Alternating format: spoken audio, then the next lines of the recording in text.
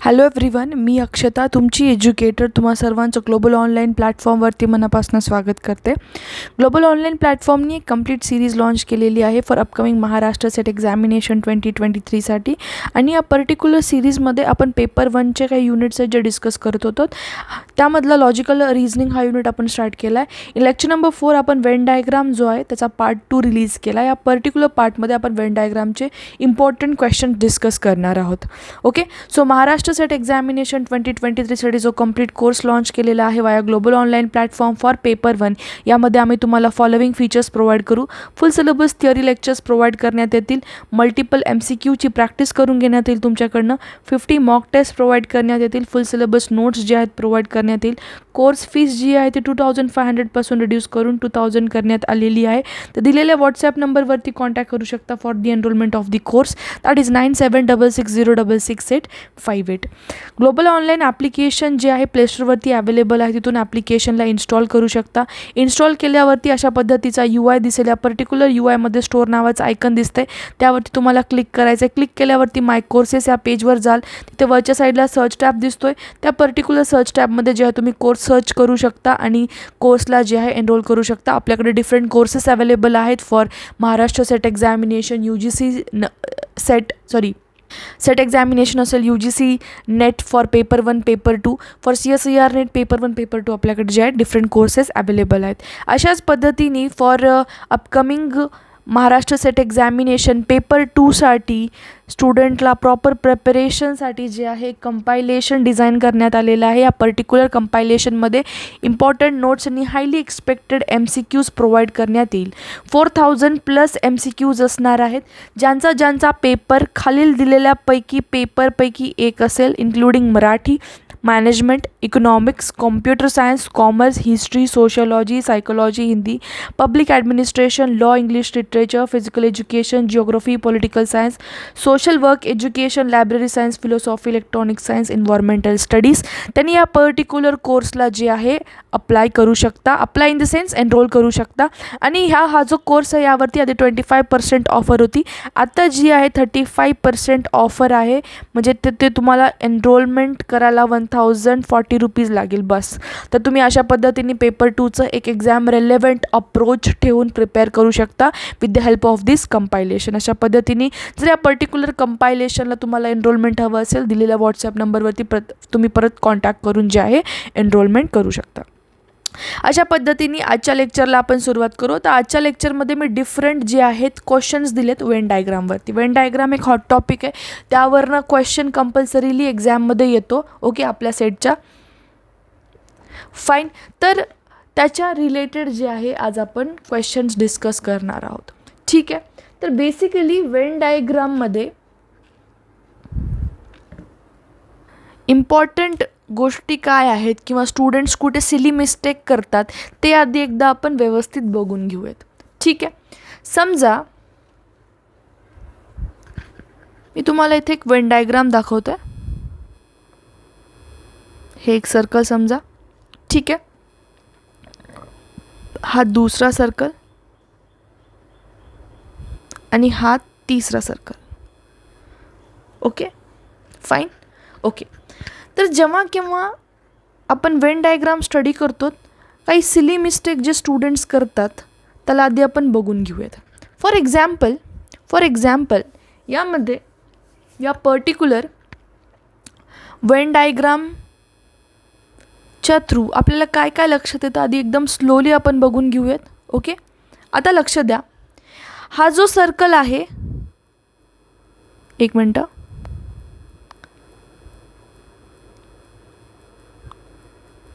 Okay, हा जो मी circle draw केला आहे तो समजा A साठी आहे. ठीक आहे, मी नंतर दाखवेल A. जो दुसरा सर्कल मी हा ड्रॉ केला आहे तो समजा B साठी आहे. ठीक आहे, हा तिसरा जो सर्कल मी ड्रॉ केला आहे समजा हा कशासाठी आहे, C साठी आहे. ठीक आहे, A, B, C साठी हे 3 सर्कल मी ड्रॉ केले आहेत. इथे लिहिते मी A, हा झाला B आणि हा झाला C. तिघांमध्ये आपल्याला काहीतरी ओव्हरलॅपिंग दिसत आहे. ओव्हरलॅपिंग म्हणजे काय, काही सिमिलॅरिटी दिसत आहे. समजा कशी ओव्हरलॅपिंग रिप्रेझेंट करते प्लीज लक्षात घ्या. ए आणि बीमध्ये काहीतरी ओव्हरलॅपिंग आहे, ए आणि सीमध्ये पण काहीतरी ओव्हरलॅपिंग दिसत आहे आणि बी आणि सीमध्ये पण ओव्हरलॅपिंग दिसत आहे. ठीक आहे. तर आता मी तुम्हाला म्हणत आहे की ए आणि बी टुगेदर जेवढा पोर्शन आहे त्या पोर्शनला तुम्ही शेड करा. ठीक आहे. सिमिलरली बी आणि सीसाठी सांगत आहे आणि ए आणि सीसाठी सांगत आहे. ओनली ए पार्ट कोणता आहे ते तुम्हाला सांगायचं आहे. तशाच पद्धतीने ओनली बी पार्ट कोणता आहे आणि ओनली सी पार्ट कोणता आहे. ठीक आहे. तर हे 3-4 गोष्टी ज्या आहेत ते इम्पॉर्टंट आहे. ओके. अजून एक ह्यामध्ये एक इन्क्लूड करा, ए प्लस बी प्लस सी कोणता पार्ट आहे. ठीक आहे. पहिली गोष्ट आपण डिफरंट कलर्सने दाखवू. फक्त ए, ओनली ए ह्याच्यापासून सुरुवात करू. ओनली ए पार्टला जर मी शेड करायला सांगितले तर तुम्ही काय करणार मॅम? एवढा पोर्शनला शेड करणार. हा जो मी रेड कलरने दाखवत आहे हा मी ए साठी दाखवत आहे समजा. ठीक आहे. एवढ्या पोर्शनला तुम्ही जे आहे ओनली ए किंवा फक्त एचा पोर्शन आहे असं बोलू शकतो. बरोबर. ठीक आहे. यानंतर ओनली बीचा पार्ट कोणता असणार आहे? समजा हा हिरवा, हा ओनली बीचा आहे. ठीक आहे. थोडं फास्ट काढू आपण. हा काय झाला? ओनली बीचा पार्ट झाला. प्लीज व्यवस्थित समजून घ्या. इथं खूप सिली मिस्टेक्स करतो आपण. सगळा वेन डायग्रामचा टॉपिक जरी येत असेल तर कधी कधी इथे चुकतो आपण. तर कुठे चुकतो ते लक्षात घ्या. आणि ओनली सीचा पार्ट कोणता आहे सर? हा फक्त सीचा पार्ट. ठीक आहे. ओनली ए, ओनली बी आणि ओनली सी झालं. ठीक आहे. आता यामध्ये मी एक वेगळा कलर घेते. आता हे पार्ट झालं ओनली ए, बी आणि सीचा. दुसरा कलर घेते. फॉर एक्झाम्पल हा ब्राऊन घेतला मी आणि मला यामध्ये ए आणि बी दोघांचा पोर्शन दाखवायचा आहे. ठीक आहे. तर मी काय करते, युजली स्टुडंट्स काय मिस्टेक करतात, ए आणि बीचा पोर्शन कोणता होतो मॅम? हा होतो असं बोलतात. बरोबर. हा ए आणि बीचा पोर्शन आहे. ठीक आहे. ह्याला आपण एक काम करूयात, सध्याला ब्लँक ठेवू. ठीक आहे. ए आणि बीचा कोणता पोर्शन दाखवतात? हा वाला. हा कोणता आहे? ए आणि बीचा आहे. ए आणि बीचा आहे. बरोबर. बरोबर माझं. ठीक आहे. पण हे चुकतंय. का चुकतंय लक्षात घ्या. ए आणि बीचा फक्त एवढा पोर्शन नाही येणार आहे. ए आणि बीचा कोणता पोर्शन येणार आहे? इथून इतका येणार आहे. भले हा सी मध्ये जात असेल पोर्शन, हा एवढा तुम्हाला काय दिसतंय मॅम? इथून इतका जो पोर्शन आहे मी ब्लॅकने जे दाखवत आहे, प्लीज लक्षात घ्या, एवढा ए आणि बीचा दिसतोय. बरोबर आहे. पण सिमिलरली हा पण ए आणि बीचा आहे ना, हा एचा सर्कल आहे इतका. सिमिलरली हा बीचा एवढा आहे. पण तुमचं म्हणणं काय की मॅम हे जेवढा पोर्शन दिसतोय तुम्हाला हा खालचा, तो सी मध्ये चालला आहे ना, हा एवढा पोर्शन सी मध्ये चालला आहे. ठीक आहे. बरोबर आहे. पण ए आणि बी दोन्हीही पोर्शनला जर आपल्याला रिप्रेझेंट करायचं असेल, सीकडे फोकस करायचं नसतं त्या टाईमला, तुम्हाला हे ए आणि बीचा कोणता पोर्शन आहे दाखवायचा? एवढा पोर्शन. क्लिअर? ठीक आहे. एवढं समजलं? ठीक आहे. हे फक्त मी तुम्हाला समजण्यासाठी दाखवत आहे. सिमिलरली सर ए आणि सीचा कोणता पोर्शन असणार आहे? हा सीचा जो एमध्ये चालला आहे, जो मी ब्राऊन कलरने दाखवत आहे. सिमिलरली हा एचा पोर्शन आहे जो सीमध्ये चालला आहे. म्हणजे हा टोटल पोर्शन जो आहे एवढा, हा ए आणि सीचा आहे. क्लिअर? ओके. दुसरी गोष्ट सिमिलरली बी आणि सीचा कोणता असणार आहे? हा वाला इतका. ठीक आहे. ही मिस्टेक आता कोणाचीच नाही व्हायला पाहिजे. कोणती मिस्टेक लक्षात घ्यायचं आपल्याला. ओनली ए जर बोललं तर हा रेडवाला असतो. ठीक आहे. ओनली बी बोललं तर फक्त बीकडे फोकस करायचं. ओनली जर सी बोललं तर फक्त कशाकडे फोकस करणार सर तुम्ही? सीकडे फोकस करणार. पण ए आणि बी, ए प्लस बी बोललेलं आहे, ए इन्क्लुडिंग बी बोललेलं आहे, तर तुम्ही कशाकडे फोकस करणार? या पर्टिक्युलर एरियामध्ये फोकस करणार. ए आणि सी बोललं तर या पर्टिक्युलर एरियामध्ये तुम्ही फोकस करणार. आणि बी आणि सी बोललं तर या पर्टिक्युलर एरियामध्ये जे आहे तुम्ही फोकस करणार. ठीक आहे. एवढं सगळ्यांना समजलं? ओके. यामध्ये दुसरी गोष्ट ए, बी आणि सीचा कोणता पोर्शन येणार आहे मग? असा पोर्शन जो तिघांच्याही एरियामध्ये येतो, तो म्हणजे हा. ठीक आहे. हा मधला पोर्शन कोणता असतो सर? हा एचा पण असतो, प्लस बीचा पण असतो, प्लस सीचा पण असतो. ठीक आहे. आय होप सगळ्यांना समजलं असेल. सगळ्यांना हे समजलं असेल की मॅक्सिमम मिस्टेक कुठे होतात.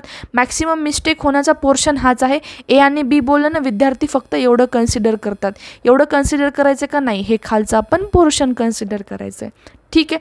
आय होप सगळ्यांना हे जे मी सुरुवातीला सांगितलेले 10 मिनटं तुम्हाला समजले असतील की यावरती मी का फोकस केलं, कारण हे मॅक्सिमम टाईम स्टुडंट्स इथे मार खातात. ठीक आहे. So moving on. आता हे मी रब आउट करते, सेम डायग्राम ठेवते. ठीक आहे. आता स्टुडंट्सला अजून एक क्युरिओसिटी असते, मॅम हे ए सबसेट ऑफ बी काय आहे, ए युनियन ऑफ बी काय आहे, ए इंटरसेक्शन ऑफ बी काय आहे, ए युनियन बी कॉम्प्लिमेंट काय आहे, ए इंटरसेक्शन बी कॉम्प्लिमेंट काय आहे. ठीक आहे.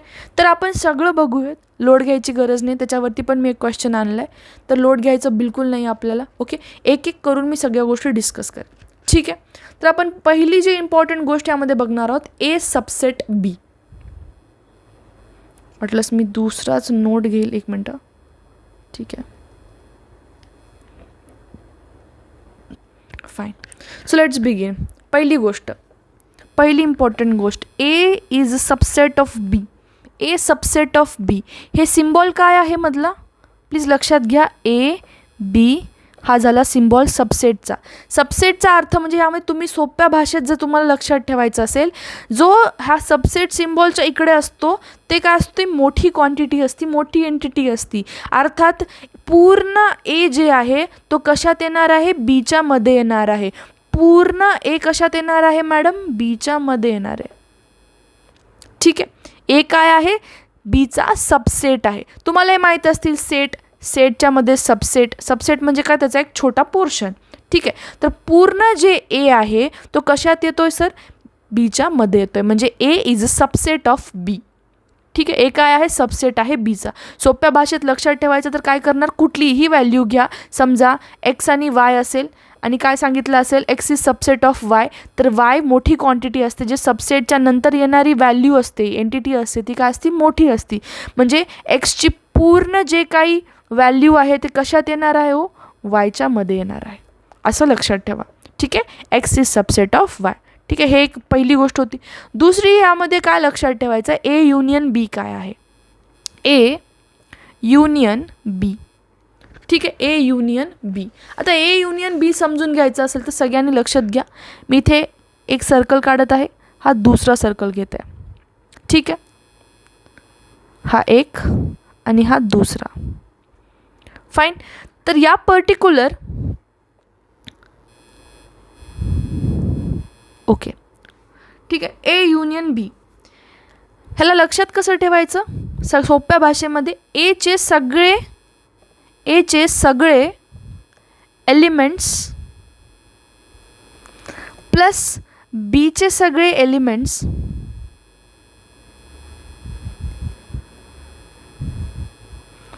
प्लस ए बीचे सगळे एलिमेंट, ए आणि बीचे सगळे एलिमेंट्स. ठीक आहे. कसं, लक्षात घ्या. एक्झाम्पल देते मी. समजा ए मध्ये एलिमेंट्स आहेत 1 2 3.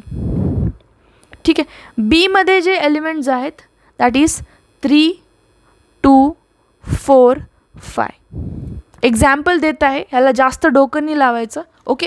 समजा आता हे ए सर्कल आहे आणि हे बी आहे आणि हे दोघांचं कॉम्बिनेशन आहे, ए आणि बी. ठीक आहे. मी नाही लिहित आता ए आणि बी, तुम्हाला हे समजून जाईल, राईट. तर मला सांगा, ए मध्ये किती एलिमेंट्स दिलेत, 3. कोणते कोणते आहेत, 1 2 आणि 3. तर मला सांगा, ए आणि बी मधले कोणते 2 एलिमेंट सारखे दिसतात तुम्हाला, इथे पण 2 दिसते, इथे पण 3 दिसते, इथे 3 दिसते, इथे 2 दिसते. अर्थामध्ये 3 आणि 2 या दोघांच्या मध्ये येणार आहे, बरोबर. 3 आणि 2 काय आहे, दोघांच्या मध्ये येणार आहे, ए आणि बी मध्ये येणार आहे. आणि राहिलेला एक जो आहे 1 तो कशात येईल, ए मध्ये येईल, कारण ए मध्ये दिले. बाकी बी मध्ये काय राहिलं सर, 4 आणि 5. तर 4 आणि 5 मी इथे प्लॉट करू, 4 आणि 5. ठीक आहे. तर ए युनियन बीचा अर्थ काय होतो लक्षात घ्या प्लीज सगळ्यांनी. ए युनियन बी, आपण काय केलं, ए युनियन बी बोललो. ए युनियन बीचा अर्थ काय आहे मॅम, एचे सगळे एलिमेंट्स प्लस बीचे सगळे एलिमेंट्स प्लस ए बीचे सगळे एलिमेंट्स, बरोबर.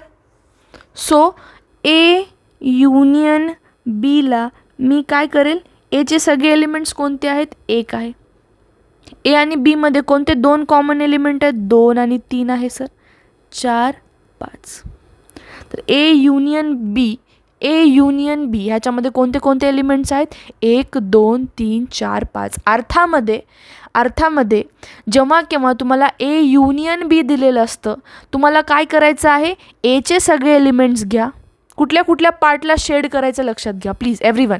कुठल्या कुठल्या पार्टला शेड करायचं आहे ते लक्षात घ्या. ए युनियन बी दिलेलं असेल तर पूर्ण एचा पार्ट, पूर्ण ए बीचा पार्ट आणि पूर्ण बीचा पार्ट, ह्या पूर्ण पार्टला शेड करायचं आहे. एक लक्षात घ्या, इथे मी मेन्शन नाही केलं, जेव्हा केव्हा आपण हे बनवतो आपण एक रेक्टँगलच्या मध्ये बनवतो and that is called as universal. बरोबर, त्याला आपण काय बोलतो? युनिव्हर्सल बोलतो. ठीक आहे, त्याच्यामध्ये हे 2 जे आहेत ए आणि बी काय घेतलेत आपण? सेट घेतलेले आहेत. बरोबर, तर ए युनियन बीसाठी आपल्याला माहिती आहे ए युनियन बी म्हणजे काय? एचे सर्व एलिमेंट्स मॅम, एचे सर्व एलिमेंट्स, ए आणि बीचे सर्व एलिमेंट्स आणि बीचे सर्व एलिमेंट्स, ह्या सर्वांना आपण शेड करणार. आता ह्याच्या कंप्लीट उलटं असते ए intersection B. A intersection B म्हणजे काय? ए इंटरसेक्शन बीच्या आधी एक complement, A union B complement बघूयात आपण. ठीक आहे, आधी काय बघितलं? ए युनियन बी बघितलं. आता ए युनियन बी हे डॅश काय आहे सर? कॉम्प्लिमेंट बोलतात त्याला. आपण काय बोलतो? कॉम्प्लिमेंट. ए युनियन बी कॉम्प्लिमेंटचा अर्थ काय असतो? मॅडम, जे तुम्ही ए युनियन बी मध्ये पार्ट शेड केलात त्याच्या एक्झॅक्ट अपोजिट ए युनियन बी कॉम्प्लिमेंटमध्ये करायचं. ए युनियन बीमध्ये काय शेड केलं आपण? एला शेड केलं, बीला शेड केलं आणि ए बीला शेड केलं. बरोबर, एला केलं, बीला केलं आणि ए बीला केलं, ह्या पोर्शनला शेड केलं.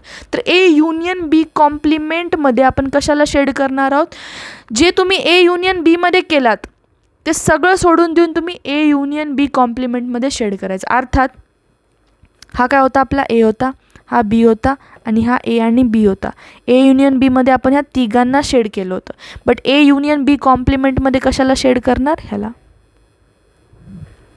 शेड करायचं. म्हणजे काय अर्थामध्ये आपल्याला ह्या इथले जे काही एलिमेंट्स असणार आहेत त्याच्याकडे फोकस करायचा आहे.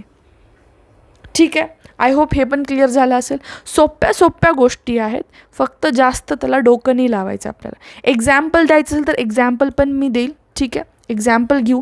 ए युनियन बीसाठी आपण एक्झाम्पल काय घेतलं होतं? हे ए होतं, हे बी होतं. आपल्याला माहिती आहे हे ए आणि बी असतं.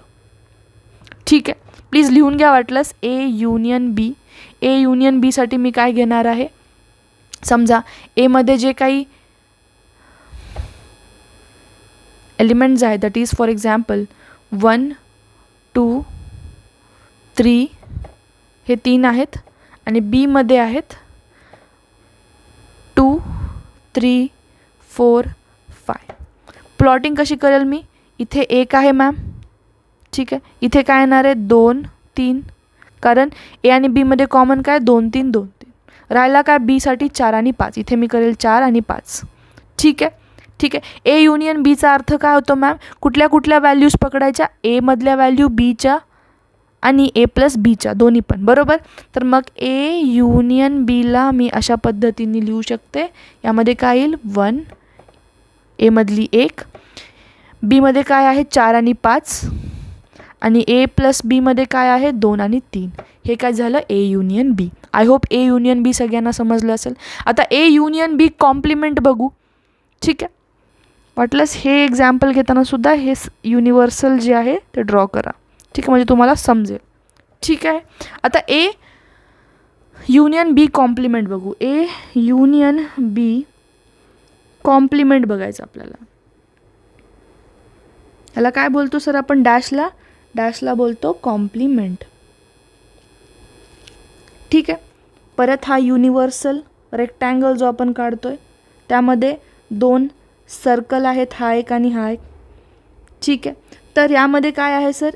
फॉर एक्झाम्पल ए ही झालं बी आणि हे झालं ए अँड बी. तर ए युनियन बीमध्ये आपण ए युनिव्हर्सल बीमध्ये ए युनियन बीमध्ये कशाला शेड केलं, ह्या पूर्ण पोर्शनला शेड केलं, म्हणजे एवढे जे एलिमेंट्स होते यामध्ये ते सगळ्यांना कन्सिडर केलं. बरोबर. कोणते कोणते एलिमेंट्स होते? 1 2 3 4 5. यामध्ये उलटं, ह्याच्या उलटं म्हणजे काय? जे बाकीचा पोर्शन राहिला त्याला आपण शेड करणार. शेड करणार म्हणजे काय? फॉर एक्झाम्पल यामध्ये जे कोणते तुमचे एलिमेंट्स असणार आहेत, एक्स वाय असेल किंवा 1 2 3 कुठलाही नंबर पकडा तुम्ही, ते सगळे आपण कन्सिडर करणार. कशासाठी? ए युनियन बी कॉम्प्लिमेंटसाठी. ठीक आहे. हे एक इम्पॉर्टंट गोष्ट होती समजून घेण्यासाठी. आता ए इंटरसेक्शन बी काय आहे बघून घेऊ. ए इंटरसेक्शन बी, आता बघूत ए इंटरसेक्शन बी. मी याला जास्त फोकस नाही करत आहे कारण आपल्याला क्वेश्चन बघायचे आहेत. ए intersection B. A intersection B म्हणजे काय? ए आणि बी मधला कॉमन पार्ट कोणता आहे त्याच्यावर फोकस करायचा आहे. कॉमन पार्ट, ए आणि बी मधला कॉमन पार्ट. समजा हे ए आहे, हे बी आहे, परत ह्याला एक युनिव्हर्सल ते जे आहे त्याचा रेक्टँगल काढून घेऊ आपण यू. ओके. तर यामध्ये ए आणि बी मधला कुठला कॉमन पार्ट दिसतोय तुम्हाला? हा वाला कॉमन पार्ट दिसतोय. तर तुम्हाला ह्यामधले जे काही एलिमेंट्स आहेत ते मेन्शन करायचे आहेत. फॉर एक्झाम्पल पकडा, एमध्ये एक ठीक आहे, एमध्ये घ्या 1 2 आणि 3, बीमध्ये घ्या 3 2 4 5 एलिमेंट्स. ठीक आहे. एमध्ये काय आहे? 1ची प्लॉटिंग. ए आणि बीमध्ये किती प्लॉटिंग आहे? 2 आणि 3ची. 2 आणि 3ची घ्या. परत यामध्ये 4 5 आहे, ह्याच्यामध्ये 4 आणि 5. तर मी काय म्हटलं? ए इंटरसेक्शन बी काय असतं? ए आणि बी मधला कॉमन पार्ट. तर ए इंटरसेक्शन बीची व्हॅल्यू काय येणार आहे सर? काय येणार आहे? 2,3 अशा पद्धतीने तुम्हाला फोकस करायचं आहे. मग ma'am A intersection B complement काय असणार आहे? त्याच्या उलटं म्हणजे काय? जो काही बाकीचा पोर्शन आपण शेड नाही केला, जे इन्क्लूड नाही केलं, ते ह्यामध्ये इन्क्लूड करायचं. म्हणजे काय? अर्थात बघा आता, ए इंटरसेक्शन बी कॉम्प्लिमेंट, फरक काय दोघांमध्ये समजला आपल्याला. ओके. ए इंटरसेक्शन बीमध्ये आपण ह्याला शेड केलं होतं. बरोबर. आता ए इंटरसेक्शन बी कॉम्प्लिमेंटमध्ये कशाला शेड करणार? ह्याला सोडून, या पार्टला सोडून सगळ्या पार्टला शेड करा. ह्याला पण करा, ह्याला पण करा, ह्याला पण करा. ठीक आहे, समजलं. म्हणजे या पार्टमधले जेवढे काही एलिमेंट्स आहेत त्याच्यावर फोकस करायचं आपल्याला. ह्यामध्ये काय होतं मॅम? 2 आणि 3 होतं. बरोबर. आता ए इंटरसेक्शन बी कॉम्प्लिमेंटमध्ये कोणते कोणते एलिमेंट्स येणार आहेत? फॉर एक्झाम्पल इथं असेल 6, इथं असेल 7, नंबरिंग द्या. इथं 6 असेल एक एलिमेंट, इथे असेल 7, इथं आहे 8. तर मला सांगा, ए इंटरसेक्शन बीमध्ये कशावर फोकस करणार आपण? ह्या बाहेरच्या पार्टवर, ह्या एच्या पार्टवर आणि ह्या बीच्या, ह्या दोघांवर करणार आहात का? 2 आणि 3वर नाही. तर ए इंटरसेक्शन बी कॉम्प्लिमेंटमध्ये काय येईल सर? 1 4, इथे आहे 1, इथला काय? 4 5, बाहेर काय आहे? 6 8 आणि 7. आय होप तुम्हाला समजलं असेल. A intersection B, A union B complement, A intersection B complement. ठीक आहे, थोडासा इंट्रोडक्टरी पार्ट होता. जर कुठलीही गोष्ट नसेल समजली, प्लीज कॉमेंट सेक्शनमध्ये तुम्ही मला टाकून सांगू शकता. आजचं लेक्चर थोडंसं लेंदी राहणार आहे कारण मला आज क्वेश्चन्स पण कंप्लीट करून घ्यायचे आहेत, म्हणून मी हा रेकॉर्डेड ठेवला. कारण हे थोडंसं ड्रॉ करणं on the pen tab which I use regularly for live lecture, तर थोडं डिफिकल्ट गेलं असतं, म्हणून मी हे रेकॉर्डेड ठेवले. आणि त्यातल्या त्यात मला हा थोडासा लेक्चर लेंदी ठेवायचा होता. ठीक आहे. So moving on to the very first question of today's lecture. एक लक्षात घ्या, जेव्हा पण तुम्ही वेन डायग्राम काढता तेव्हा तुम्हाला हे युनिव्हर्सल वापरायचं आहे. युनिव्हर्सल म्हणजे काय? बल्की व्हॅल्यू रिप्रेझेंट करायला, त्यामध्ये आपल्याला असे छोटे छोटे जे आहेत डेटा दिलेला तो रिप्रेझेंट करायचा असतो. बरोबर. तर आता आपण काय करू? त्याच्या अकॉर्डिंग क्वेश्चन सॉल्व करू. द व्हेरी फर्स्ट क्वेश्चन, हा क्वेश्चन आय गेस मी क्रॅश कोर्समध्ये पण घेतला होता. आपण प्रयत्न करू सोडवण्याचा. In a school there are 500 students. एक स्कूल आहे. ठीक आहे. स्कूलला आपण युनिव्हर्सल कन्सिडर करू. त्याआधी काय करू? एक रेक्टँगल ड्रॉ करून घेऊ आणि याला यू पकडू. ठीक आहे. असं काही ड्रॉ करत बसायचं नाही, लक्षात येऊन जाईल तुम्हाला. ठीक आहे. तर यामध्ये टोटल विद्यार्थी किती आहेत? 500. मी कसं लिहितं यावरही फोकस करा. का? कारण कधी कधी काय होतं, चुकतात गोष्टी. कसं मी ते तुम्हाला एक्सप्लेन करते. ठीक आहे, ठीक आहे. युनिव्हर्सलची व्हॅल्यू म्हणजे टोटल जी व्हॅल्यू दिली यामध्ये किती विद्यार्थी आहेत, 500 स्टुडंट्स, ज्याला मी बाहेर लिहित आहे 500 विद्यार्थी. ठीक आहे. प्रश्नात काय दिले, 250 जे स्टुडंट्स आहेत ते काय करत आहेत, चेस खेळत आहेत. 250 students play chess and 200 play table tennis. ठीक आहे. आणि यामध्ये 100 असे स्टुडंट आहेत, 100 असे विद्यार्थी आहेत, 100 असे विद्यार्थी आहेत जे चेस पण खेळत नाहीत आणि टेबल टेनिस पण खेळत नाहीत. ठीक आहे. तर त्याला रिप्रेझेंट कसं करणार मॅम, लक्षात घ्या. समजा हे असे विद्यार्थी आहेत जे चेस खेळत आहेत, रेड सर्कलनं मी रिप्रेझेंट केलं. ठीक आहे, ठीक आहे. आणि सोबतच हे जे ग्रीन कलरचा मी सर्कल दाखवत आहे, these are the student who play table tennis. चेससाठी रेड कलर आणि टेबल टेनिससाठी ग्रीन कलर. ओके. तर यामध्ये किती विद्यार्थी आहेत जे चेस खेळत आहेत, 250. मी इथे 250 लिहू का, इथे 250 लिहू का, नाही, अशी मिस्टेक नका करू. इथे 250 नका लिहू, इथे बाहेर लिहा 250. का, कारण ओनली जर फक्त चेस खेळणार असं बोलले असतं तर तुम्ही इथे लिहिलं असतात 250. ठीक आहे. थोडं कन्फ्युजिंग होतं म्हणून मी ज्या वेनी लिहिते तशाच वेनी तुम्ही लिहा. ओके. इथे बाहेर काय लिहिलं, 250 दीज आर प्लेइंग चेस, इथे सी लिहिलं. आणि इथे टेबल टेनिससाठी आपण काय करू, टी लिहू. टेबल टेनिस 250 चेस खेळतात. तर मला सांगा 200 किती खेळतात, टेबल टेनिस खेळतात. ओनली टेबल टेनिस बोललं, फक्त टेबल टेनिस बोललं तर मध्ये लिहिलं असतात. ओके. फक्त चेस बोललं असतं तर 250 मध्ये लिहिलं असतात. Okay, fine. तर आता दुसरी गोष्ट यामध्ये काय दिले, 100 विद्यार्थी असे आहेत जे टेबल टेनिस पण खेळत नाहीत प्लस ते काय चेस पण खेळत नाहीत. ठीक आहे. म्हणजे 100 विद्यार्थी कुठे येणार आहे, तो 100 विद्यार्थी बाहेर येणार आहेत. हे बाहेर आहेत, बाहेर म्हणजे चेस पण खेळत नाहीत मॅडम आणि टेबल टेनिस पण खेळत नाहीत. त्यांचा जो संबंध आहे चेससोबत पण नाही, टेबल टेनिससोबत पण नाही, म्हणून मी 100चा जो आकडा आहे तो बाहेर लिहिला. ठीक आहे. हे जे ब्लॅक कलरने रिप्रेझेंट केलं ते काय आहेत, 100 विद्यार्थी जे टेबल टेनिस पण खेळत नाहीत आणि टी पण खेळत नाहीत आणि चेस पण खेळत नाहीत. ओके. प्रश्न काय विचारला आहे, how many student play chess as well as table tennis. तर चेस खेळणारे किती झाले, 250. फक्त चेस आहेत का, नाही. फक्त चेस आहेत का, नाही. चेसमध्ये टेबल टेनिस पण असू शकतात, कारण त्यामध्ये प्रश्नच विचारला आहे, चेस आणि टेबल टेनिस शोधायचं आहे. हे शोधून काढायचं आपल्याला. हे जे मी नेट जाळी काढत आहे हे आपल्याला शोधून काढायचं, म्हणजे चेस आणि टेबल टेनिस खेळणारी संख्या शोधून काढायची. मला सांगा चेस किती खेळत आहेत, 250. हे फक्त चेसचा डेटा आहे का, नाही. टेबल टेनिस खेळणारे किती आहेत, 200 विद्यार्थी. हे फक्त टेबल टेनिस आहे का, नाही. टोटल विद्यार्थी किती झाले इथे, 450. किती झाले, 450. ठीक आहे. तर मला सांगा तुम्हाला या डेटावरनं काय दिसतं, मॅम टोटल 500 विद्यार्थी आहेत. 500पैकी 100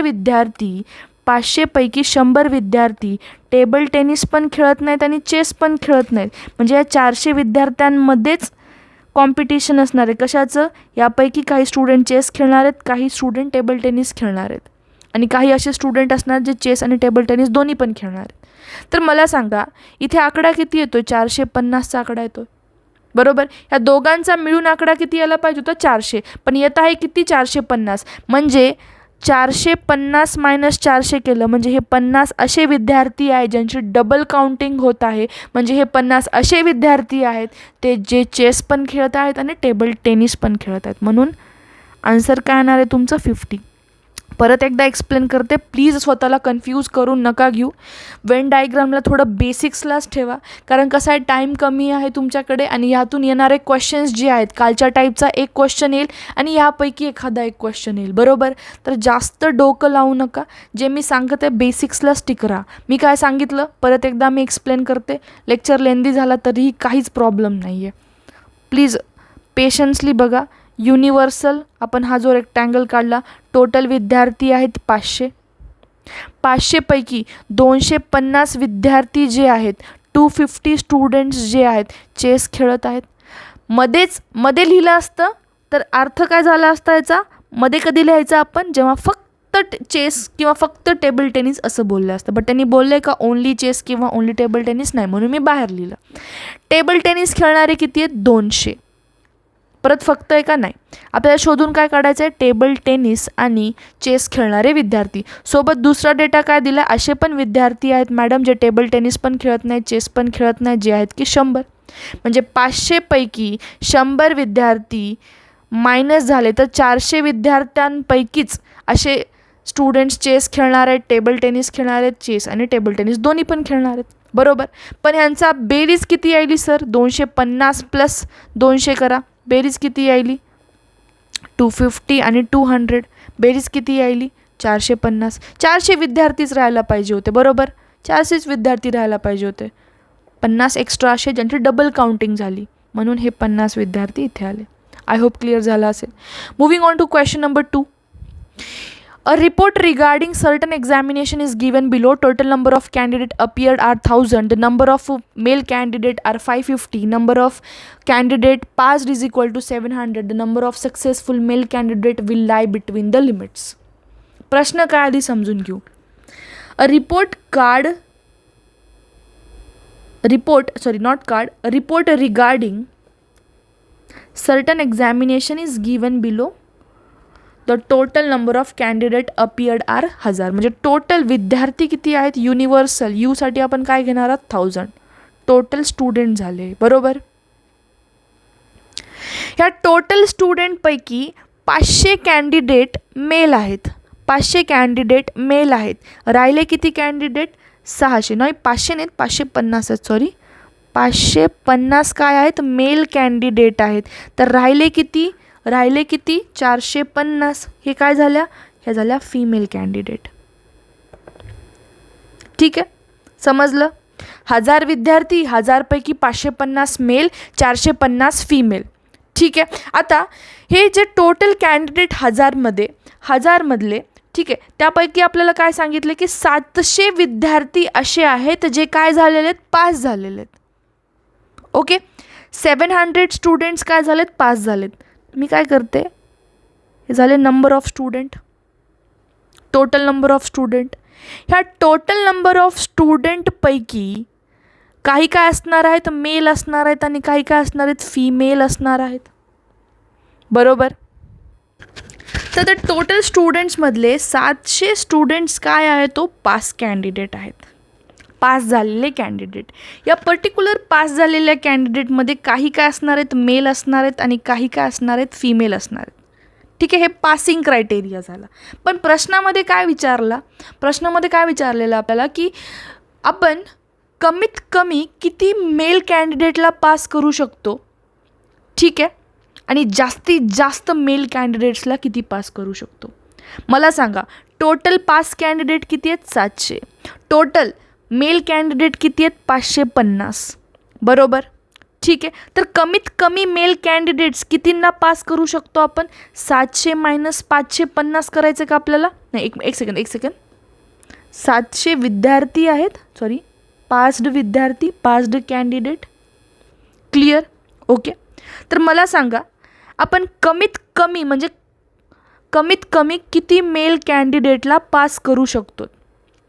ठीक आहे, समजा सगळ्या मेल कॅन्डिडेट्सला आपण असं ठरवलं की फेल करायचं आहे, ठीक आहे, पण आपण सगळ्या मेल कॅन्डिडेट्सला फेल करू शकत नाही कारण 700 पास आहेत आणि 450च फिमेल आहेत, बरोबर. तर कमीत कमी किती मेलला पास करू शकतो? समजा सर्व फिमेल्सला आपण पास केलं, ऑल फिमेल्सला जर पास केलं तर राहिलेले जेवढे कॅन्डिडेट असणार आहेत ते मेलचे कमीत कमी मिनिमम म्हणजे 250 मिनिमम मेल कॅन्डिडेटला आपण पास करू शकतो. ओके, एवढं सगळ्यांना समजलं. 700 टोटल कॅन्डिडेट जे पास झालेत. ओके, कमीत कमी किती मेल कॅन्डिडेटला पास करू शकतो आपण? 250 मेल कॅन्डिडेटला पास करू शकतो. केव्हा? जेव्हा टोटल फिमेल कॅन्डिडेट्स पास झाल्या, 450पैकी 450. ठीक आहे. दुसरं काय आहे? टोटल 700 विद्यार्थी परत पास झालेले. जास्तीत जास्त मेल्सला पास करायचं असेल म्हणजे टोटल मेल किती आहेत? 550. सर्व 550ला जर आपण पास केला, म्हणजे हे काय असणार आहे, मॅक्सिमम मेल पासिंग झालं. मला सांगा ऑप्शनवरून आपण डिरेक्टली एवढं लॉजिक लावू शकतो की मॅम जास्तीत जास्त म्हणजे सर्व जरी मेलला पास करायचं असेल आपल्याला, म्हणजे टोटल मेल किती आहेत 550, तर जास्तीत जास्त रेंज 550पर्यंतचा असणार आहे. 1000पर्यंतचा असणार आहे का नाही, तेवढे मेल कॅन्डिडेट नाहीतच आहेत. 700 असणार आहे का नाही, कारण तेवढे मेल कॅन्डिडेट आहेत का नाही. 550 मेल कॅन्डिडेट आहेत, तर मॅक्सिमम 550 पास होऊ शकतात आणि कमीत कमी किती होऊ शकतात 250. म्हणून ऑप्शन नंबर बी राईट वन गेला. कुठलाही क्वेश्चन नंबर समजला नसेल तेवढा क्वेश्चन नंबर कॉमेंटमध्ये ड्रॉप करून सांगा, मी तेवढं तुम्हाला एक्सप्लेन करून सांगेल. Moving on to the next question. In a office 25% take tea, 20 take coffee, 15 take milk, 10 take tea and coffee both, and 8% take both milk and coffee. None of them take tea and milk both, and everyone take at least one of the three beverages. How many person are there in the office? Total person काढायला सांगितलं ऑफिसमधला, म्हणजे यूजची value आपल्याला काढायची basically. म्हणजे total किती आहेत या रेक्टँगलमध्ये पीपल ते काढायचं आपल्याला. टी घेणारे, टी कन्झ्युम करणारे किती आहेत लक्षात घ्या. आता प्लीज एक एक करून आपण सॉल्व करूयात. हे झाला टोटल ऑफिसमधले पीपल. ठीक आहे, झालं टोटल ऑफिसमधले जे आहेत पीपल. ओके, तर यामध्ये लक्षात घ्या टी कन्झ्युम करणारे किती आहेत. ओनली टी बोलले का नाही, टी बोललेले. ओनली टी बोलले का नाही, टी बोललेले फक्त. तर आपण काय करूयात, हे झाले टीसाठी बरोबर. किती बोलले त्यांनी 25. कॉफीसाठी किती बोलले 20 बोललेले. ठीक आहे, कॉफी आणि टीमध्ये पण इन्क्लिनेशन आहे. मी आधी हे 3 सर्कल काढून घेते, एक मिनटं. Okay fine. आता यामध्ये बघा टी कन्झ्युम, हे टीसाठी बघा, हे कॉफीसाठी आहे आणि हे मिल्कसाठी. टी कन्झ्युम करणारे किती आहेत 25, कॉफी घेणारे किती आहेत 20 आणि मिल्क घेणारे किती आहेत 15. ठीक आहे, तर टी आणि कॉफी दोन्ही घेणारे किती आहेत, टी आणि कॉफी घेणारे 8 पर्सन आहेत. हे झाले 8. कॉफी आणि मिल्क हे दोन्ही कन्झ्युम करणारे किती आहेत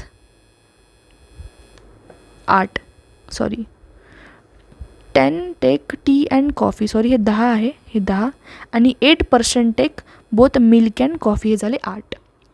ठीक आहे, so none of them take tea and milk both. Tea आणि मिल्कमध्ये इंटरसेक्शन नाही आहे असं म्हणण्याचा अर्थ आहे त्यांचा. टी आणि मिल्कमध्ये इंटरसेक्शन नाही म्हणजे वेन डायग्राम आपली बरोबर गेली. ओके, सो दुसरी गोष्ट यामध्ये काय सांगितलं की ॲटलिस्ट एक बिवरेज घेणारे सर्वजण आहेत जेवढे प्रेझेंट आहेत. असं कोणी नाही आहे की ज्यांनी एकही ड्रिंक कन्झ्युम करणार नाही, हे सर्व कन्झ्युम करणारेच आहेत.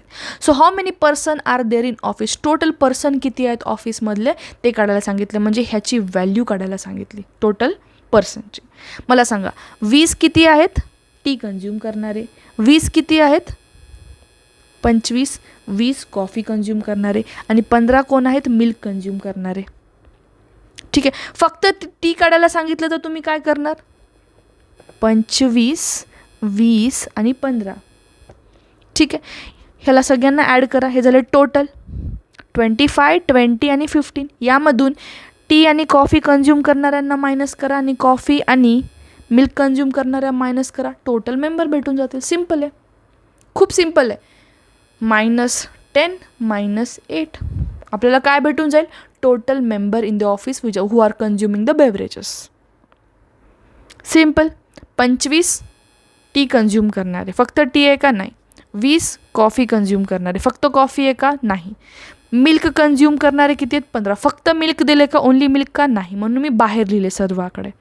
त्यामध्ये टी आणि कॉफी कन्झ्युम करणारे 10, कॉफी आणि मिल्क कन्झ्युम करणारे 8. टोटल मेंबर काढायला सांगितलं तर तुम्ही काय करणार 25 + 20 + 15 -10 -8 करा, तुम्हाला टोटल मेंबर भेटून जातात, that is 42. I hope question समजला असेल. ठीक आहे, क्वेश्चन नंबर 3 जर नाही समजला कॉमेंट सेक्शनमध्ये ड्रॉप करून कळवा. हा क्वेश्चन पण आपण परत घेऊ. Moving on to the next question. आता तुम्हाला मी इंटरसेक्शनवाले क्वेश्चन एक्सप्लेन करून सांगितलेत बरोबर. त्यासोबतच आपण काय करू, एक त्याचं रिव्हिजन करून घेऊयात वाटलंच एकदा, तुम्हाला थोडं सोपं जाईल.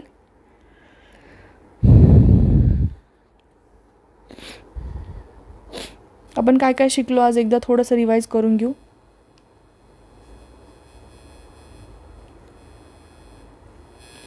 अजून 2 क्वेश्चन आहेत घ्यायचे आणि घेऊन टाकू लगेच आपण. ठीक आहे. आपण काय बघितलं, समजा हे एचं सर्कल आहे सर, हे बीचं आहे आणि हे सीचं आहे. हा जो अर्थ होतो इथला जे शेडेड पोर्शन दाखवत आहे ह्याचा काय अर्थ होईल, ओनली ए. ठीक आहे, तर मी इथे सरळ सरळ लिहून टाकेल ओनली ए. ओनली ए. ह्याला बोलू आपण ओनली बी. ओनली बी म्हणजे काय मॅम, हे एवढा पोर्शन, ह्या एवढ्या पोर्शनला ओनली बी बोलणार आहोत आपण. राईट. तशाच पद्धतीने हे काय असणार आहे, ओनली सी. हा एरिया पूर्ण, बरोबर. हा झाला ओनली सी. ठीक आहे. तर आता ओनली ए, ओनली बी आणि ओनली सी समजलं. मला सांगा ए आणि बीचा पोर्शन कोणता असणार आहे. हा पूर्ण पोर्शन ए आणि बीचा असणार आहे. क्लिअर. हा वाला ए आणि सीचा असणार आहे. हा काय असणार आहे, बी आणि सीचा असणार आहे. ठीक आहे. ए बी सीचा कोणता असणार आहे, हा पोर्शन असणार आहे. ठीक आहे, हे आपण स्टडी केलं. दुसरं आपण काय बघितलं, ए इंटरसेक्शन बी. त्यासाठी एक क्वेश्चन घेऊन येतो मी, मग त्याच्या थ्रू आपण एक्सप्लेन करून घेऊ, सोपं जाईल आपल्याला. ठीक आहे. तरी पण मी काय करेल, अजून एक एक्झाम्पल इथे देईल तुम्हाला. ठीक आहे. हे रब करता येईल का, नाही. Okay, wait hold on. Okay, इथे एक ब्लँक शीट आहे, इथे करू आपण. समजा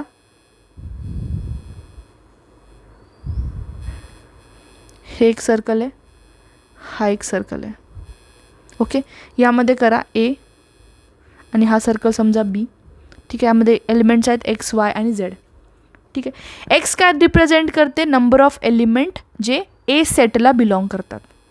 हे ए बोलले ना मी तुम्हाला, हा ए सेट आहे आणि हा बी सेट आहे. ठीक आहे. ह्या सर्कलला नाव द्या ए आणि ह्याला बी द्या. ए सेटमध्ये कोणता एलिमेंट आहे मॅम, एक्स एलिमेंट आहे ओनली एमध्ये. ओनली बीमध्ये कोणता एलिमेंट आहे मॅम, वाय एलिमेंट आहे. मला सांगा A union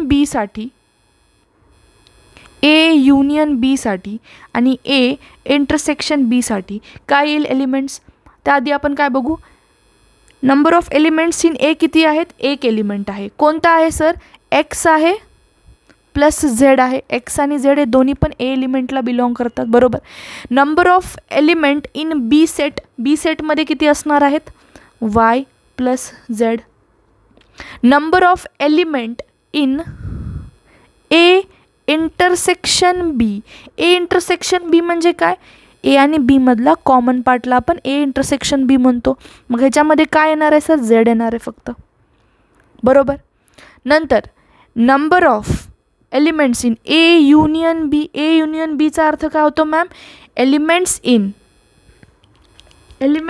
A, elements in B, elements in both A and B. हे शिकलो आपण, बरोबर. तर मला सांगा number of elements in A union B काय येणार आहे, एक्स पण येईल, वाय पण येईल आणि झेड पण येईल. मी लागेल X plus Y plus Z. Revision झालं. Number of elements in A, number of elements in B, A intersection B, A union बी.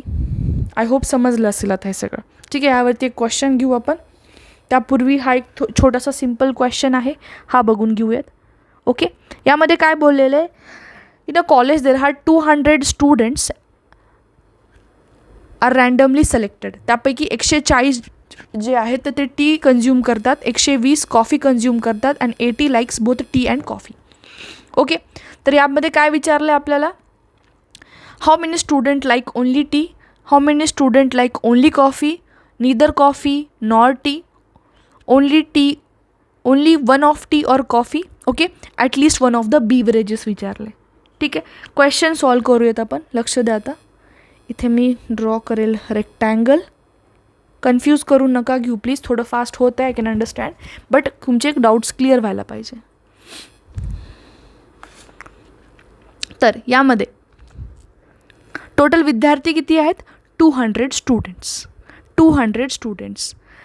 तर हा एक टीचा सर्कल पकडा आणि हा रेड कलरचा सर्कल पकडा कॉफीसाठी. ओके. हा टीचा आणि दुसरा कॉफीचा. तर यामध्ये काय सांगून ठेवले, टोटल विद्यार्थी किती आहेत, 200 स्टुडंट्स. 140 विद्यार्थी असे आहेत ज्यांना टी आवडते. 140 विद्यार्थी असे आहेत ज्यांना टी आवडते. ओनली टी बोललं आहे का, नाही. 120 विद्यार्थी असे आहेत ज्यांना कॉफी आवडते. हे झालं कॉफीचा सर्कल, हा झाला टीचा. ओनली टी ओनली कॉफी म्हणलं असतं तर आपण मध्ये लिहिलो असतो. ठीक आहे. दुसरा डेटा इथे काय देऊन ठेवला आहे की 80 विद्यार्थी असे आहेत ज्यांना टी आणि कॉफी दोन्ही आवडते. म्हणजे हे विद्यार्थी जे मी शेड केले, इथे काय लिहिणार होतं आपण 80 लिहा. वाटलंच आपण हे शेड हटवून टाकू, इथे 80 करू. मला सांगा आता ओनली टी शोधू शकतो आपण. कसं शोधू शकणार मॅम? टी आणि कॉफी कन्झ्युम करणारे 80 विद्यार्थी आहेत. ओके, टी कन्झ्युम करणारे 140 दिले, तर ओनली टी काढू शकते मी. ओनली टीसाठी मी काय करेल, टीचे विद्यार्थी किती आहेत 140, टी आणि कॉफी दोन्ही किती आहेत 80, मायनस करा किती येणार आहे 60. म्हणजे 60 असे विद्यार्थी आहेत जे ओनली टी कन्झ्युम करणार आहेत. काय? Only T. Similarly only coffee कसं शोधणार? 120 मायनस 80 करा. 120 मायनस 80 केलं काय भेटलं 40.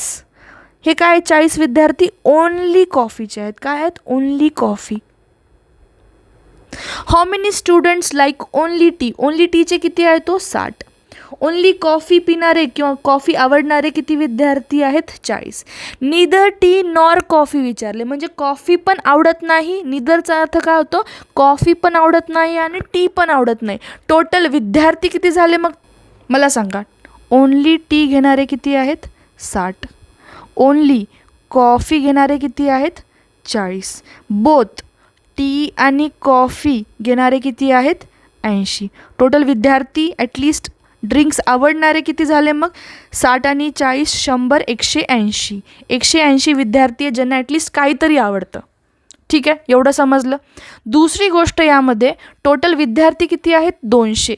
200पैकी 180 असे आहेत ज्यांना काही ना काहीतरी आवडते. म्हणजे राहिले किती विद्यार्थी 20. म्हणजे 20 विद्यार्थी असे आहेत जे बाहेरच्या एरियामध्ये लाय करतात आणि 20 विद्यार्थी टी पण घेत नाहीत आणि कॉफी पण घेत नाहीत. पण आन्सर काय येणार आहे 20. समजलं कशा पद्धतीने सॉल्व केलं? 60 + 80 + 40 केलं, किती आलं 180. विद्यार्थी टोटल किती आहे तो 200. 200पैकी 180 गेले. ठीक आहे, टी तरी घेतात, कॉफी तरी घेतात, नाही तर काहीतरी ड्रिंक्स तरी घेत आहेत. बट राहिलेले 20 असे आहेत जे काहीच घेत नाहीत. म्हणून निदर कॉफी नॉर टीसाठी किती येणार आहे 20 स्टुडंट्स. ठीक आहे. How many students like only one of the T or coffee? म्हणजे टी किंवा म्हणजे ओनली टी किंवा ओनली कॉफी आवडणारे किती आहेत? किती विद्यार्थ्यांना फक्त एक चहा किंवा कॉफी आवडते? फक्त चहा आवडणारे किती आहे तो 60. फक्त चहा. फक्त कॉफी आवडणारे किती आहेत 40. बरोबर. म्हणजे टोटल विद्यार्थी किती झाले 100. 100 असे विद्यार्थी आहेत ज्यांना फक्त एकच ड्रिंक आवडते. बरोबर. एक तर टी असेल किंवा कॉफी असेल. How many student like at least one of the beverages? How many students like at least one of the beverages? One of the beverages म्हणजे काय? At least one. म्हणजे जास्त पण चालतील पण मिनिमम एक तरी असायला पाहिजे. मिनिमम एक असणारे किती आहेत मॅम? 60 असे आहेत ज्यांना टी आवडते, 40 असे आहेत ज्यांना कॉफी आवडते. म्हणजे एक तर झालं. ॲटलिस्ट वन म्हणजे एकपेक्षा जास्त पण चालते. किमान एक बोललेलं आहे. एकपेक्षा जास्त पण चालते. एकपेक्षा जास्त किती आहेत 80. म्हणजे टोटल किती असणार आहे 100 + 80 180. ठीक आहे. या क्वेश्चनला नंबर द्या 1 2 3 4 5. कुठलाही क्वेश्चन 1 to 5 मध्ये जर नाही समजला असेल, this was question number I guess 4. Please mention this as question number 4. Question number 4 मधला जर कुठला सब क्वेश्चन नाही समजला असेल तर प्लीज मला जे आहे कॉमेंट सेक्शनमध्ये ड्रॉप करून कळू शकता. फक्त टी कन्झ्युम करणारे 60, फक्त कॉफी कन्झ्युम करणारे 40, स्टुडंट्स ज्यांना टी आणि कॉफी दोन्हीपैकी कोणतंच आवडत नाही असे 20. ठीक आहे. फक्त टी आणि कॉफी ॲटलिस्ट एक ड्रिंक आवडणारे किती आहेत 100. आणि at least one of the beverages आवडणारे म्हणजे काय? एक आवडणं गरजेचं आहे. एकपेक्षा जास्त पण चालतील पण ॲटलिस्ट एक तरी किमान. 60 आणि 40 असे विद्यार्थी आहेत ज्यांना फक्त टी आणि कॉफी आवडतं. टी आणि कॉफी दोन्ही आवडणारे किती आहेत 80. म्हणजे टोटल विद्यार्थी किती झाले 180. आय होप हा क्वेश्चन समजला असेल. नसेल समजला तर प्लीज कॉमेंट सेक्शनमध्ये ड्रॉप करून कळू शकता. आता हा क्वेश्चन थोडासा इम्पॉर्टंट असेल. In a survey there are 500 students of a college. It was found that 49% liked football, 53% liked watching hockey, 62% like watching basketball, also 27% like watching football and hockey both, 29% like watching basketball and hockey both, 28% like football and basketball both, 5% like watching none of these games. आणि हे खाली दिलेले question हे English मीडियममध्ये दिले. ह्याचा screenshot घ्या please. Me 2 सेकंडचा pause देईल. प्लीज ह्याचा स्क्रीनशॉट घ्या. आणि हे मराठी मीडियम, कारण हे थोडंसं स्क्रीन छोटी पडली असती म्हणून मी काय केलं, दोन्ही डिफरंट स्क्रीनवरती क्वेश्चन्स जे आहे ॲड केले. ह्याचा स्क्रीनशॉट घ्या प्लीज. ज्या स्टुडंट्सला मराठीमध्ये करायचं त्यांनी ह्याचा स्क्रीनशॉट घ्या. टोटल विद्यार्थी किती आहेत? 500 विद्यार्थी आहेत. त्यापैकी 49% जे विद्यार्थी आहेत ते फक्त फुटबॉल जे आहेत खेळतात का पाहत आहेत? Hold on. हां नाही, 49% विद्यार्थी फुटबॉल बघत आहेत. ठीक आहे. दुसरे जे 53% आहेत त्या विद्यार्थ्यांना हॉकी बघायला आवडतं. 62% विद्यार्थी असे आहेत ज्यांना बास्केटबॉल बघायला आवडतं. ठीक आहे. फक्त 52 बोललं आहे का? फक्त 62 बोललं आहे का? फक्त 49 बोललं आहे का? नाही. म्हणून ह्याला आपण बाहेर लिहिणार. तसेच 27% लोकांना फुटबॉल आणि हॉकी दोन्ही आवडते. दोन्ही आवडते यासाठी आपण काय बोलतो?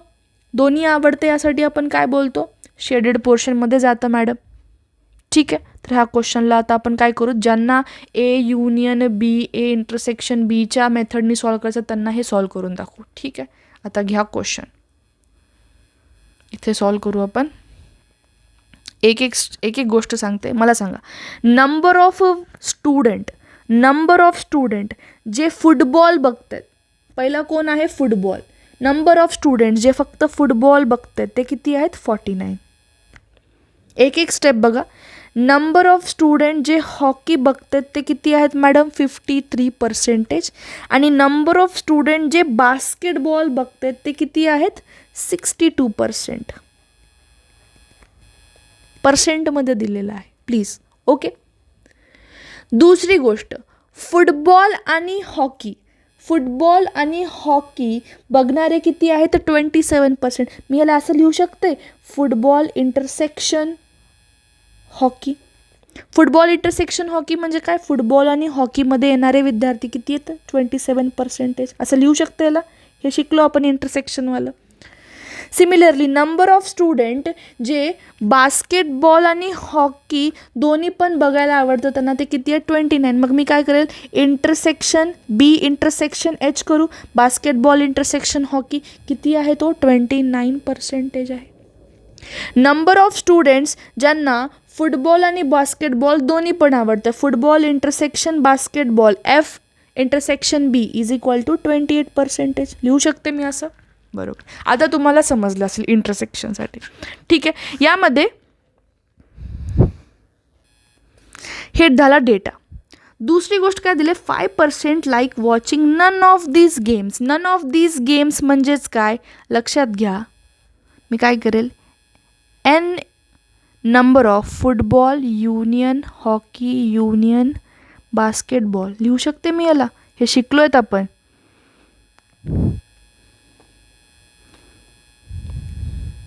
परत एकदा मी रिवाइज करू का? एक सेकंड वाटलंस. मी काय करत आहे? एन एफ करते. ओके. इथे करत आहे एच बी. थोडं कलर चेंज करून दाखवतो म्हणजे तुम्हाला सोपं जाईल. सॉरी, युनियन दाखवायचं होतं, इंटरसेक्शन नाही. बरोबर. आपण इंटरसेक्शन कशाला दाखवतो? फुटबॉल आणि हॉकी खेळणार म्हणजे इंटरसेक्शन. उलटा एन जे तुम्ही बोलतो त्याला. ठीक आहे.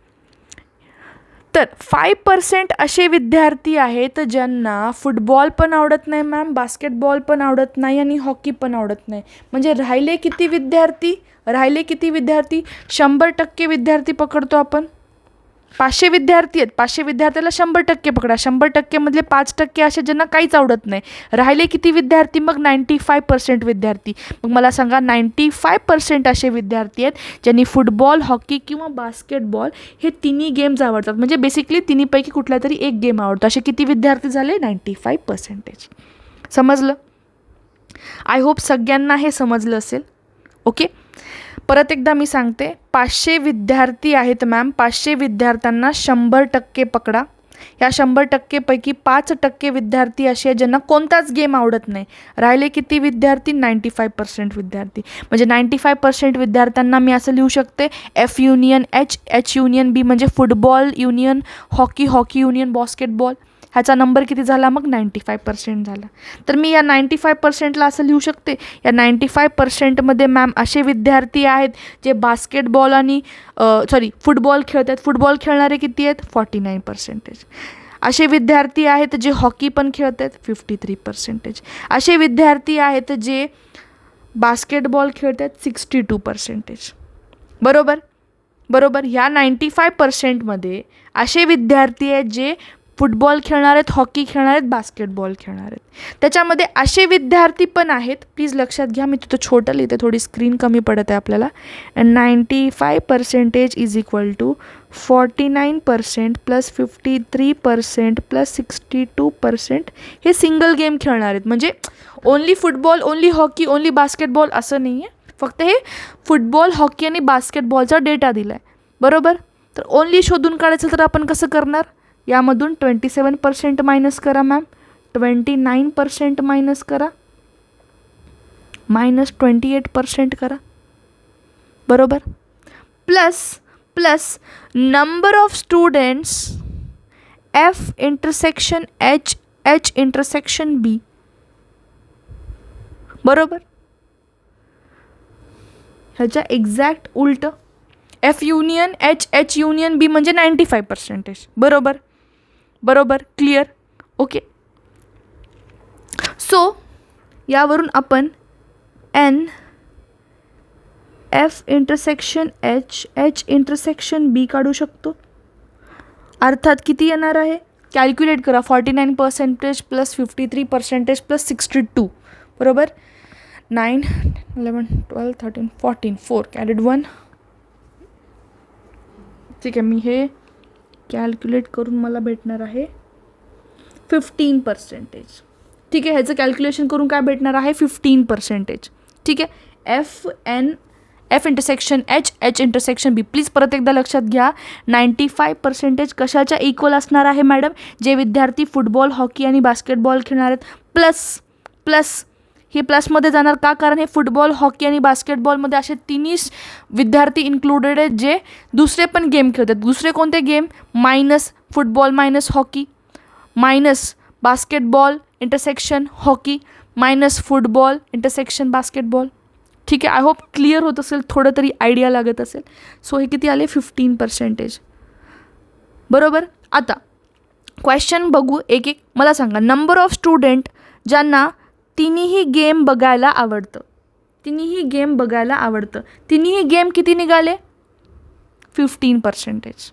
प्लीज लक्षात घ्या, हे कन्फ्यूज होत असेल तर प्लीज मला सांगा, हे काय आहे? नंबर ऑफ स्टुडंट जे फक्त फुटबॉल खेळतात, नंबर ऑफ स्टुडंट हॉकी खेळतात आणि नंबर ऑफ स्टुडंट बास्केटबॉल. हे फक्त आहे का? ओन्ली फुटबॉल, ओन्ली हॉकी आहे का? नाही.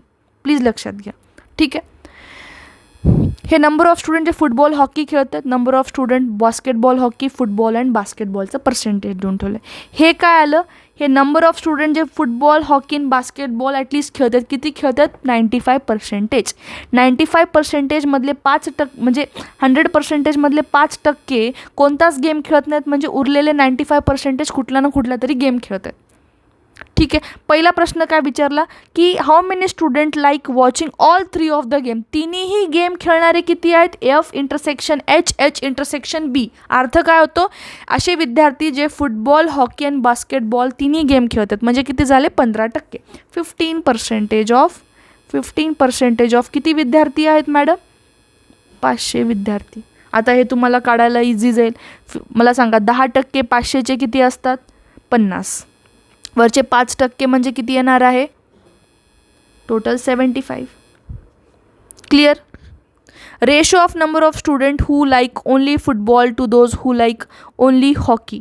आता हे क्वेश्चन्स तुम्हाला जे सॉल्व करायचे आहेत तरी पण मी एक्सप्लेन करते तुम्हाला. आता हे एक सेकंड, थोडंसं पेज कमी पडायल्यामुळे प्रॉब्लेम जाते. काही इश्यू नाही आहे ना, ठीक आहे. Find the ratio of number of student who like watching only football to those who like watching only hockey. मला सांगा ओनली फुटबॉल किती असणार आहेत? ओनली फुटबॉल किती असणार आहेत? 9%. हे 9% कसाला लक्षात घ्या. थोडक्यात सांगते मी. फुटबॉल आणि हॉकी खेळणारे 27%, फुटबॉल आणि बास्केटबॉल खेळणारे 28%. ठीक आहे, यामध्ये फुटबॉलचे पण इन्क्लूड आहेत.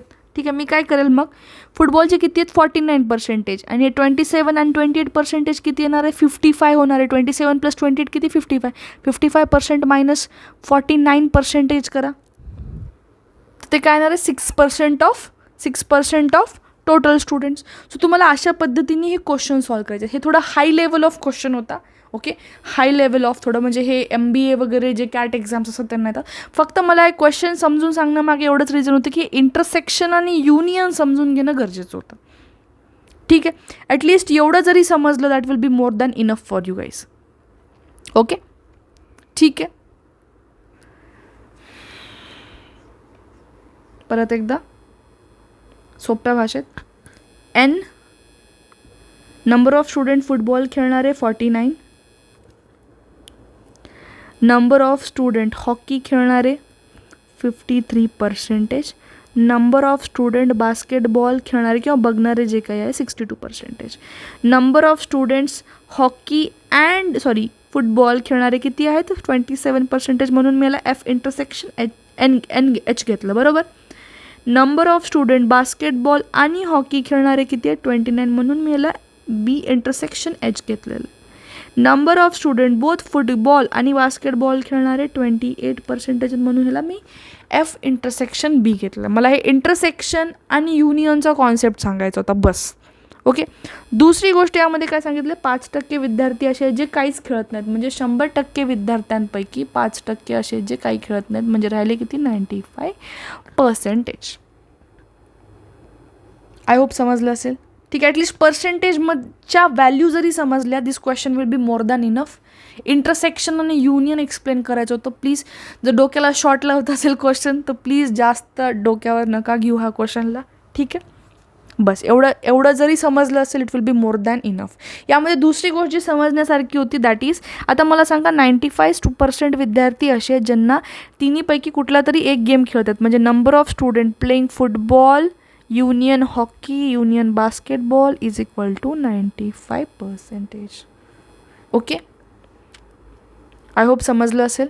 ओके, सो हे काही क्वेश्चन्स होते, टाईप होते वेन डायग्रामचे, समजून सांगण्याचा ट्राय केला आहे मी. आय होप तुम्हाला ॲटलिस्ट यामधले काही क्वेश्चन्स तरी समजले असतील. 60% जरी गोष्टी समजल्या असतील then I am satisfied for this. कारण हे चॅप्टर्स जे आहेत मॅथमॅटिकल रिझनिंगला एंड नाही आहे. तुम्ही कितीही चॅप्टर शिकवा कसं कुठल्या ना कुठल्या वेगळ्या जो आहे टॉपिकमधून क्वेश्चन येतो.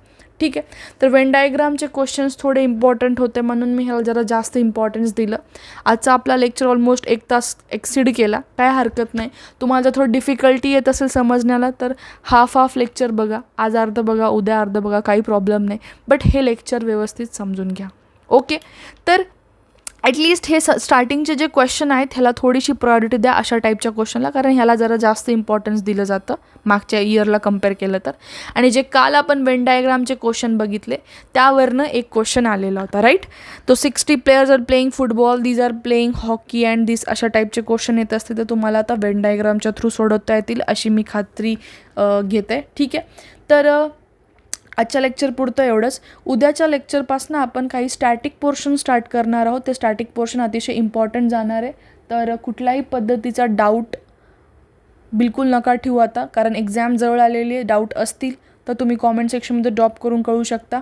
ओके, आणि एक लक्षात घ्या की मॅथमॅटिकल रिझनिंग जेवढे काही टॉपिक आपण शिकवलेत त्याच्या regarding at least 15 to 20 questions at least सोडवण्याचा प्रयत्न करा. ओके, सो एक्झामपर्यंत तुमचा जो आहे सो सिलेबस एक नॉन सिलेबस तरी होऊन जाईल. ओके, ॲटलिस्ट तुमच्या बेसिक कॉन्सेप्टच्या बेसिसवरती तुम्ही क्वेश्चन्स एक्झाममध्ये सॉल्व करू शकाल. अशा वेने मी शिकवण्याचा प्रयत्न केला. आय होप तुम्हाला या गोष्टी समजल्या असतील. जर व्हिडिओ आवडला असेल तर नक्की व्हिडिओला लाईक करा, चॅनलला सबस्क्राईब करा, कारण ह्या गोष्टी मला खरंच बूस्ट करतात. आणि दुसरी गोष्ट, उद्यापासून जो स्टॅटिक पोर्शन स्टार्ट करणार आहोत आपण, त्यामध्ये एक गोष्ट लक्षात ठेवायची की नोटबुक साईडला घेऊन बसायचं आहे. ओके, जे कोणतं मी एक्झाम्पल देईल एका गोमध्ये व्हिडिओ बघायचा, आहे. जे काही लाईव्ह लेक्चर आहे, लाईव्ह लेक्चर पुरतंच ठेवायचं. जे काही नोट्स आहे ते तुम्हाला लॉजिकल रिझनिंगचे PDF प्रोव्हाइड केलेले आहेत. ओके, ग्रुपवरती ऑलरेडी प्रोव्हाइड केले आहेत, मी नाही केलेलं आहे, ते कोचिंगनी प्रोव्हाइड केले, बरोबर, ग्लोबल ऑनलाईननी प्रोव्हाइड केलेले नोट्स. तर जेवढं मी शिकवलं ते नोट्स शिकवल्यानंतर तेवढ्या नोट्सला फॉलो करायचं तुम्हाला.